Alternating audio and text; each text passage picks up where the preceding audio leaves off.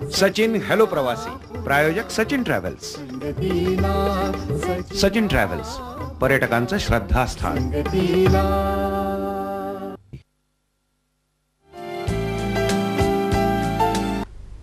नमस्कार. सचिन हॅलो प्रवासीमध्ये मी मेघना जोशी आपल्या सगळ्यांचं मनापासून स्वागत करते.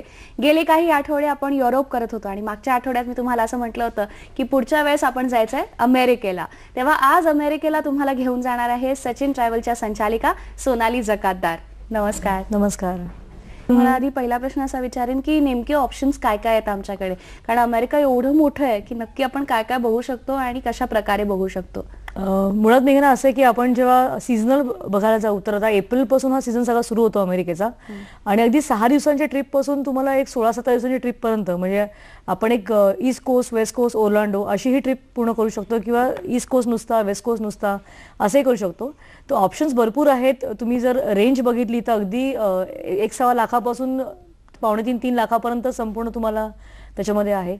पण मुळात मला असं वाटतं की हा राईट सीझन आहे एप्रिलपासून साधारण जून जुलैपर्यंत आणि 3-4 महिनेच आहेत. त्यामुळे तुम्ही लवकरात लवकर डिसिजन घ्या आणि आत्ताच लवकर डिसिजन घ्यायला हवा, कारण काय विजा हा मोठा तिथे त्याच्यामध्ये आहे की आपल्याला ते करावं लागतं.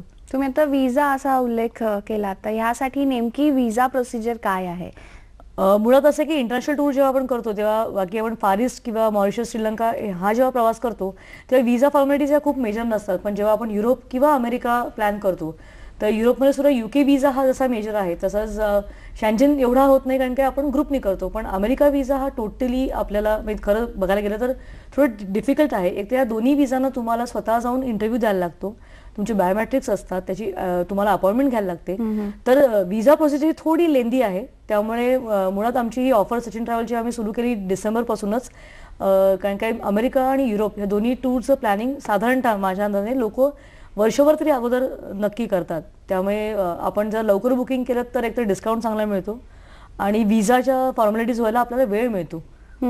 आता मागच्या वेळेस जसं आम्ही युरोप करत होतो त्या त्यांनी सांगितलं की तुम्हाला थोडा तरी बँक बॅलन्स दाखवायला पाहिजे किंवा काही तुमचे FDs असतील तसं दाखवायला पाहिजे. तर अमेरिकेला जाताना सुद्धा असं काही दाखवायला लागतं का? हो नक्की. म्हणजे बेसिकली आपण जेव्हा विजा अप्लाय करतो दॅट इज B1 B2 विजा, म्हणजे जो प्लेजर पण आहे आणि लेजर म्हणून पण जाता तुम्ही, काय कामालाही असतं तो B1 B2.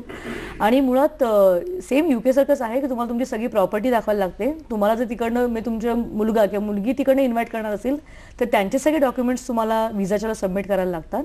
आणि मुळात असं की आपल्याकडे त्यांना फक्त गॅरंटी हवी आहे की तुम्ही जे जाता आहात ते परत तुम्ही भारतात परत याल. आणि जो एज ग्रुप आता मोठ्या प्रमाणात जातोय अमेरिकेमध्ये तो एकतर स्टुडंट आहेत किंवा डिपेंडंट विजावर जास्त लोक जातात. त्यामुळे मला वाटतं आपल्याकडे जो